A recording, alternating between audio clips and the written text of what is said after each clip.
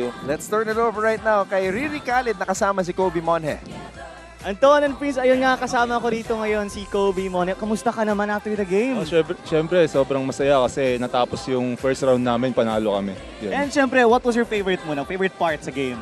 Yung favorite part, siyempre, yung huling buzzer na, yung last 2 minutes, yun yung ano kasi alam namin na sa amin na talaga yun eh. Wow, okay, ito na ang question ko para sa'yo.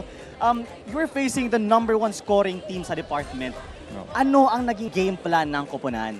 Yung game plan namin talaga, kunin namin talaga sa loob eh. Kaya yung unang play namin talaga, seal talaga. Yung kaming mga bigs talagang dapat seal namin sa loob para makakuha kami ng foul or makakuha kami ng puntos sa ilalim. Ayun. Pero siyempre kahit panalo or matalo, meron tayong matututunan every after game. Ano bang aspect ang kailangan pa nating i-improve o patuloy pa nating i-improve? Tulad nga yung sinasabi ni Coach Allen, talagang dapat improve namin yung reaction namin sa bawat game namin. Kasi minsan pag yung may mga play na kailangan, alam namin kung saan kami nakaposisyon dapat. Kumbaga, pagka pa lang, nasa posisyon na kami kaagad dapat.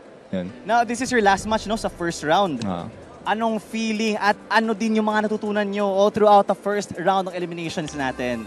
Unang-una, yung natutunan namin, hindi kaya lahat ni Jimboy mag-isa. Kailangan namin mag-effort, magtulungan kasi pag pinagsama-sama namin yung effort namin, lalaki yun eh. Yun yung lagi sinasabi ni Coach sa amin. And yun din yung exact na sinabi niya sa akin kanina habang ini-interview ko sa...